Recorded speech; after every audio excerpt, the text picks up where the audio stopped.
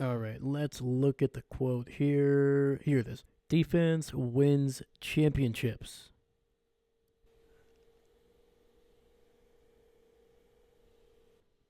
Would you go on break?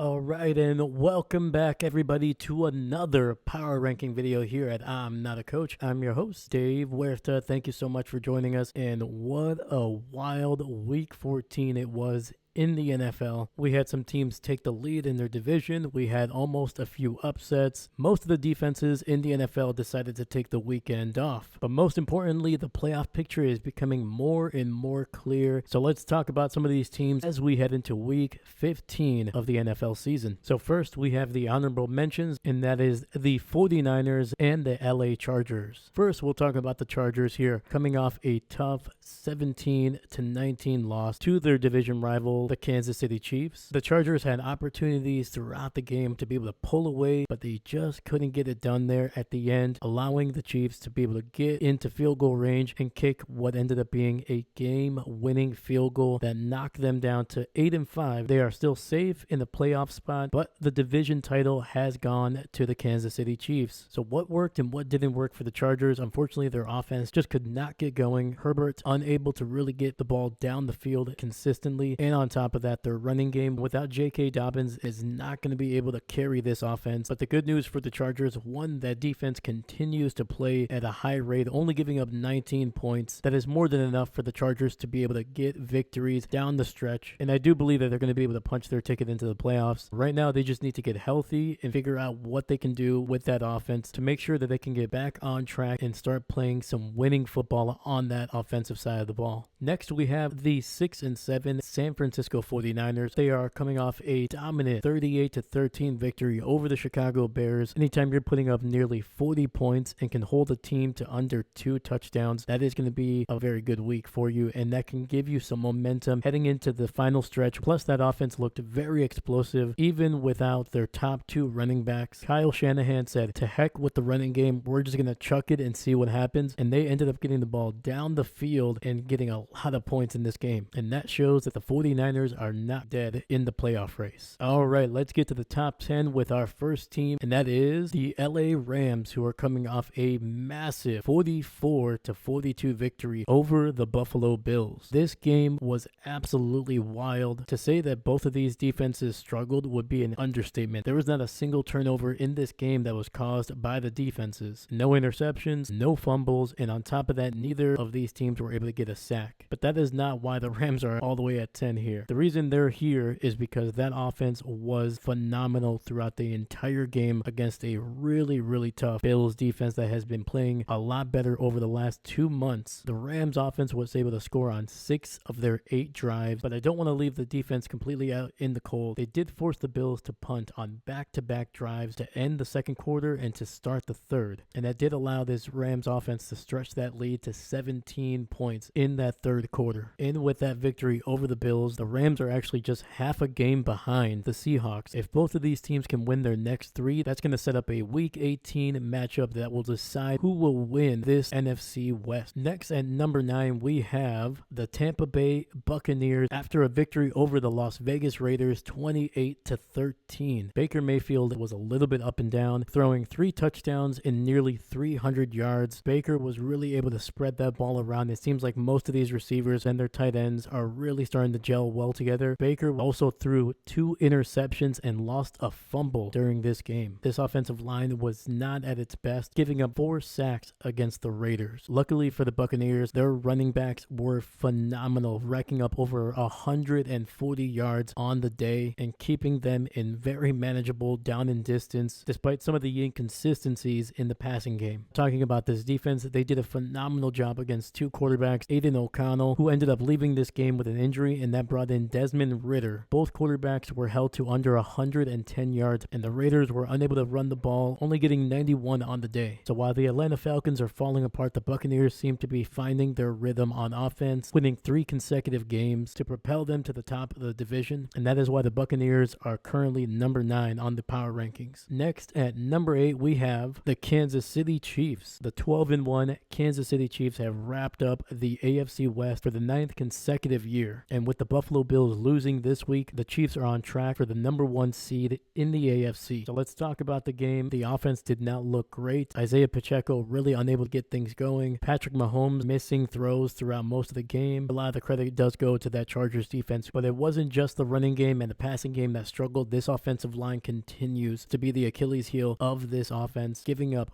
3 sacks on the day and a whole lot of pressure throughout the entire game. That Chargers defense was able to make Mahomes very uncomfortable for most of the game. But the good thing for Kansas City, that defense looks like it's back to its normal self. They had good pressure on Herbert throughout the entire game, being able to notch 3 sacks on the day. And most importantly, they were able to hold the top 2 running backs for the Chargers to just 70 yards on the ground. And the longest run for the Chargers was not even by a running back or even by Justin Herbert. It was actually by backup quarterback Tyler Heineke for 12 yards. Anytime your backup quarterback has the top run of the day, you know your running game is struggling. Kansas City once again did not look great, but they continue to win. They are 12-1. They are tied for the best record in the NFL, and right now they are in the driver's seat for the number 1 seed in the AFC. All right, next at number 7, we have the Seattle Seahawks. Geno Smith was solid in this game. He was 24 of 30, no interceptions, was not sacked a single time. But the big story for this offense was Zach Charbonnet, who carried the day for the Seahawks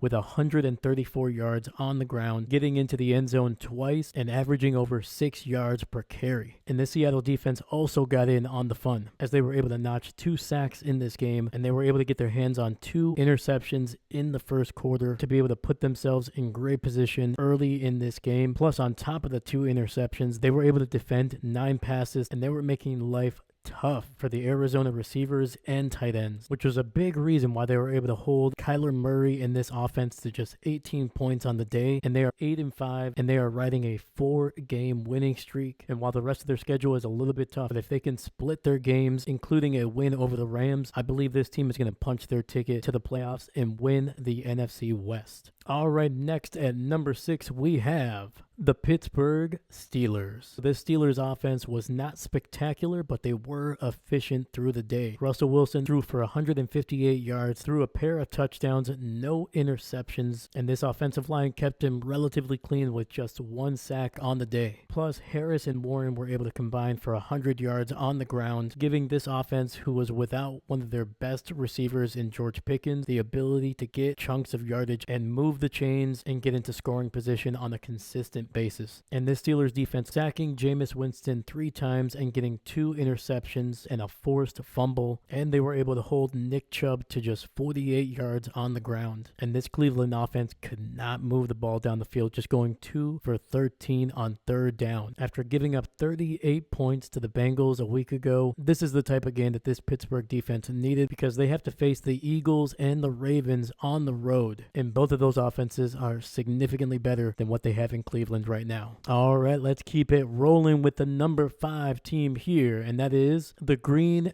Bay Packers. The Packers obviously coming off a tough 31-34 loss to the Detroit Lions. So why are they in the top 5? 1, they took a Detroit team that has been absolutely dominant for most of the season, and they took them all the way to the wire. And despite this Packers offense only scoring 7 points in the first half, they were able to score 24 in the second half. And that is something that they've done all season. They were down 28-0 at one point to the Minnesota Vikings before nearly coming back and winning that game. This Packers offense is explosive. They have the quarterback, they have the weapons, they have the running game. Their thing is they need to get it going before the middle of the second quarter. And the second reason why the Packers are number 5 is that they were able to contain these 2 great running backs. Montgomery and Gibbs combined for only 94 yards on the ground. That is something that we are not used to seeing with this offense. They can run the ball against any anybody in the NFL. But the Packers had a phenomenal game plan, and they were able to execute it to near perfection. And I say near perfection because regardless of how good they were against the run, this defense still struggled to get off the field. The Detroit Lions had 36 minutes of possession in this game, and they were able to rack up 27 first downs. So despite the Packers not being able to finish the job against the Detroit Lions, I believe that they are still one of the best teams in the NFL, and they are one of the few teams that has a legitimate chance to win a Super Bowl this year, which is why they are ranked number 5. Next at number 4, we have the Buffalo Bills. First, the defense, they were barely there. No sacks, no interceptions, no turnovers of any kind. They gave up over 450 yards, including 137 on the ground. This defense is going to need to play significantly better over the final month if they want to have a chance at the number 1 seed. The Bills are number 4 because that offense continues to put up points. Josh Allen had one of those games that you only see in Madden, throwing for nearly 350 yards on the day. He threw 3 touchdowns, no interceptions, and scored on the ground 3 times. Now, the Bills cannot rely on Josh Allen to score 6 touchdowns per game, but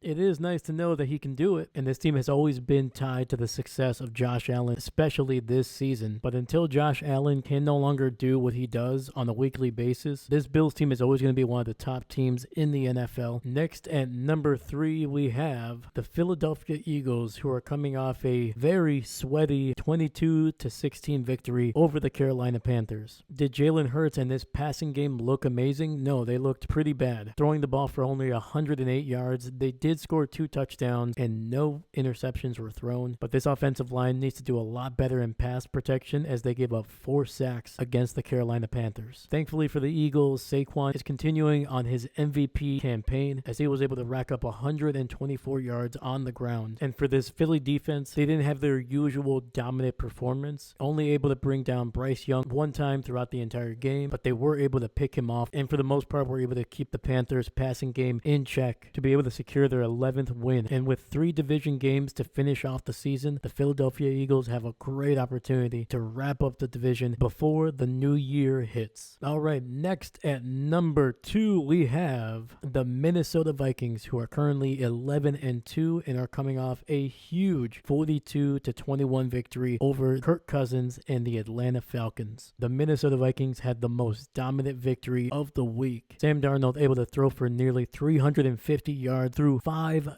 touchdowns, no interceptions, despite being sacked 4 times throughout the game. Aaron Jones was efficient with 73 yards on 13 carries, good for over 5.5 yards per carry. But the biggest story is the duo of Jordan Addison and Justin Jefferson, both going over 130 yards receiving on the day. And on the other side of the football, the Vikings defense was solid, but not amazing. They were able to record 2 interceptions, but this defense gave up over 500 yards from scrimmage. Needless to say, this defense needs to play better come playoff time, but they were able to hold the Atlanta Falcons to just 21 points on the day. And if this Vikings offense continues to play like they did this week, that is going to be more than enough to make some noise when it comes to the playoffs. All right, finally, the number 1 team, the Kings of the NFC, are back at the top, and that is the Detroit Lions. There was a debate with me whether I should put the Vikings at the top, but the Lions did put up 34 points against a very good Packers defense. They were able to control the time of possession with 36 minutes and were able to rack up 27 first downs. So despite not having their usual dominant performance on defense, that offense did more than enough to get a big victory over a division rival. Like they did against the Chicago Bears, they started out fast, putting up 17 points in the first half, and even though they gave up 24 points to the Packers in the second half, the Detroit Lions, when it came down to it on that final drive on the 4th down play, they did not play it safe. They continue to be who they have been, and Dan Campbell trusted his offense,